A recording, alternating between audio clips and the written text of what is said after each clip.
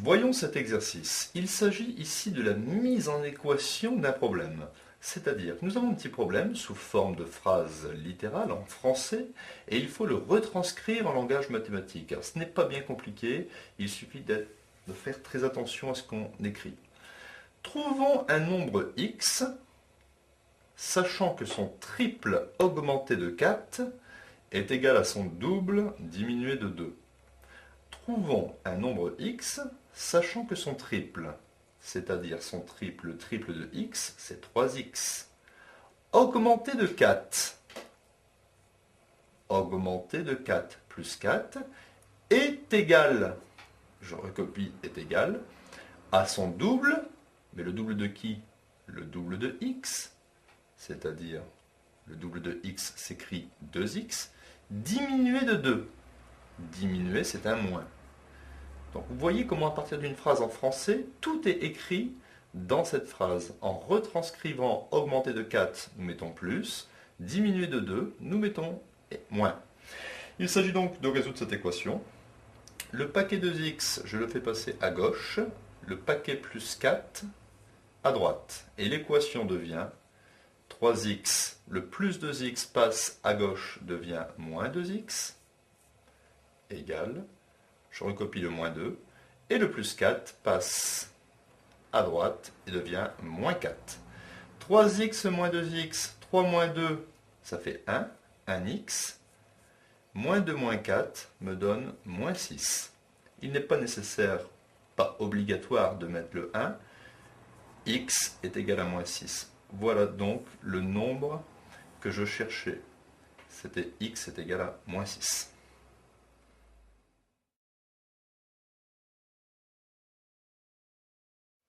Nouveau type d'exercice.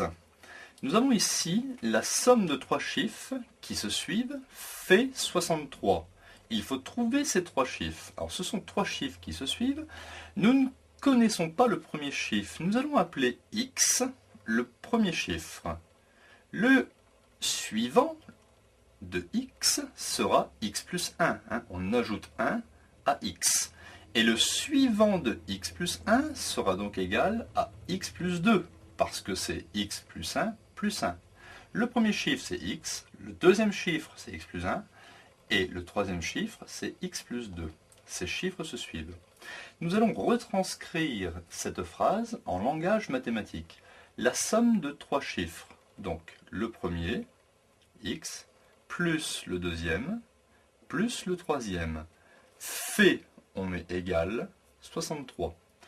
X plus x me donne 3x. 1 plus 2 me donne 3. C'est une équation. Je fais passer le plus 3 à droite et j'obtiens moins 3. Donc 3x égale 63 moins 3. 3x égale 60. X égale 60 divisé par 3. Ce qui me donne x égale 20. J'ai donc trouvé le premier chiffre que je vais mettre ici en vert, x égale 20. Ainsi, le chiffre qui suit 20, ce sera 21, 20 plus 1, et le chiffre qui suit 21 sera 22, 20 plus 2. Donc vous voyez qu'on peut toujours mettre sous forme d'équation un petit problème écrit en français.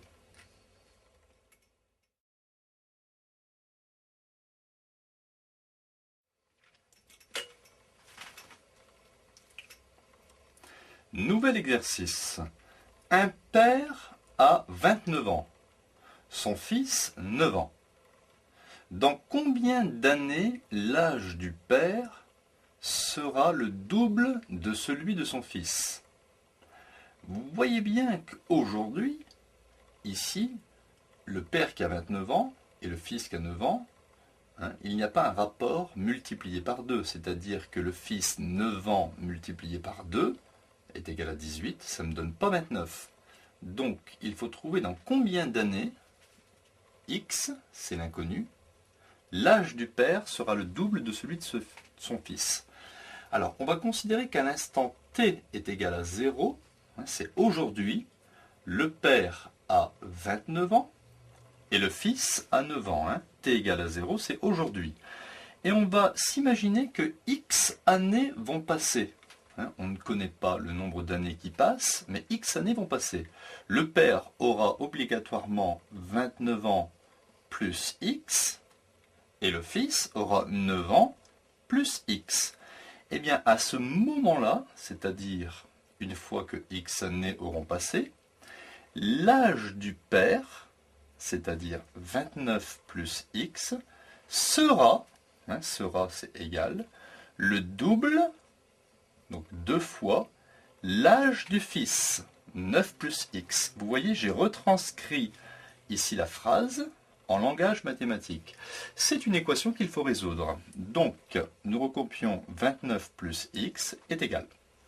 2 fois 9, 18. 2 fois X, 2X. Nous allons faire passer ici le plus X à droite et le 18 à gauche, de sorte que l'on obtienne 29, plus 18 passe à gauche, devient moins 18, 2x ça ne change pas, et le plus x passe à droite en moins x. 2x moins x, j'obtiens x, 29 moins 18, j'obtiens 11. J'ai trouvé x égale 11 ans. C'est-à-dire que dans 11 ans, à partir d'aujourd'hui, l'âge du père sera le double de l'âge du fils. Vérifions ceci. Si 11 ans sont passés, l'âge du père aura 29 plus 11, ce qui va me donner 40 ans. Le fils aura 9 plus 11, c'est-à-dire 20 ans. Et on s'aperçoit bien qu'effectivement, l'âge du père est le double de l'âge du fils.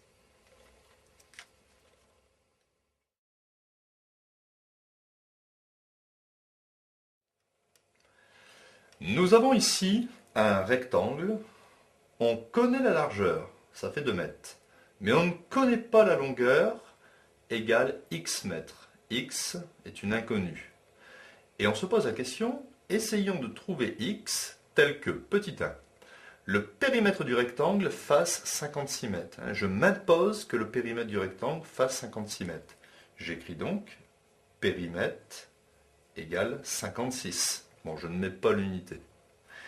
Je vais exprimer le périmètre en fonction de x. Qu'est-ce que le périmètre d'un rectangle? Ici, la largeur se retrouve 2 de l'autre côté, la longueur fait x, donc ici, ce côté fait x. Le périmètre, ça sera 2 fois la longueur, 2 fois x, plus 2 fois la largeur. 2 fois 2 est égal à 56, soit 2x plus 2 fois 2, 4 est égal à 56. Je fais passer le plus 4 à droite. J'obtiens donc 2x est égal à 56 moins 4. 2x est égal à 52. Et je divise par 2 de chaque côté pour obtenir finalement x est égal à 52 divisé par 2, ce qui me donne 52 divisé par 2, 26. 26 quoi? 26 mètres. En conclusion, nous pouvons dire que si je prends x égale 26 mètres, donc la longueur qui serait égale à 26 mètres, eh bien le périmètre fera 56 mètres. Deuxième partie. On voudrait que l'aire du rectangle fasse 100 mètres carrés. J'écris R égale 100. Bon, je ne mets pas l'unité dans les calculs. Qu'est-ce que l'aire d'un rectangle? Je sais que c'est longueur fois largeur. La longueur, ça fait x. La largeur, ça fait 2. Donc, 2 fois x égale 100. Si je veux x, je divise par 2 de chaque côté. Les 2 s'éliminent. Il me reste x est égal à 100 divisé par 2, qui fait 50 mètres. Conclusion, je peux dire que si je prends une longueur de 50 mètres, eh bien l'aire du rectangle fera 100 mètres carrés. Effectivement, 50 fois 2 me donne 100.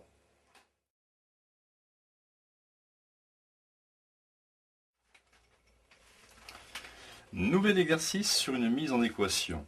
Nous avons ici un carré de côté 6 avec les 4 côtés égaux et un triangle équilatéral avec les 3 côtés égaux.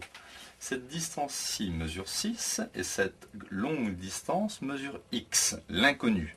Et nous devons trouver x tel que le périmètre du carré soit égal au périmètre du triangle équilatéral. Nous allons ici essayer dans un premier temps de trouver cette longueur. Étant donné que nous avons un carré, on peut écrire que nous avons ici 6, 6 et 6. Alors nous ne savons pas si c'est des centimètres, des mètres ou des décamètres, donc on laisse 6 sans unité. Ici nous avons x, ici nous avons 6. Donc il ne fait pas de doute que cette longueur-ci mesure la grande longueur moins 6, c'est-à-dire x moins 6. Donc cette longueur-ci mesurera aussi x moins 6, et cette longueur-ci aussi x moins 6, puisque c'est un triangle équilatéral. On va retranscrire ici la phrase en langage mathématique. Trouvons x tel que le périmètre du carré soit égal à celui du triangle équilatéral. Périmètre du triangle équilatéral. Exprimons le périmètre du carré. Nous savons que le périmètre d'un carré, c'est 4 fois le côté. 4 fois 6 est égal. Périmètre du triangle équilatéral, nous savons que c'est 3 fois la mesure d'un côté. 3 fois x moins 6.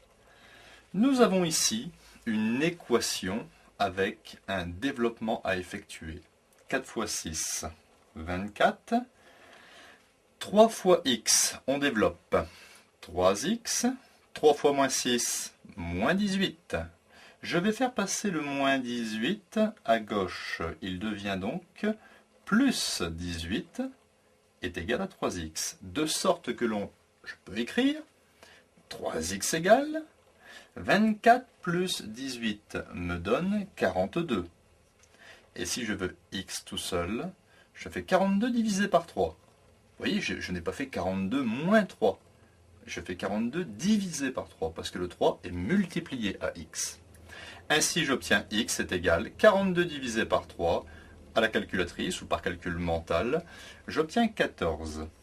Donc, nous pouvons ici indiquer que x est égal à 14 et que la mesure du côté du triangle équilatéral fera 14 moins 6, c'est-à-dire en fait 8. Donc nous avons répondu à la question, nous avons trouvé x égale 14.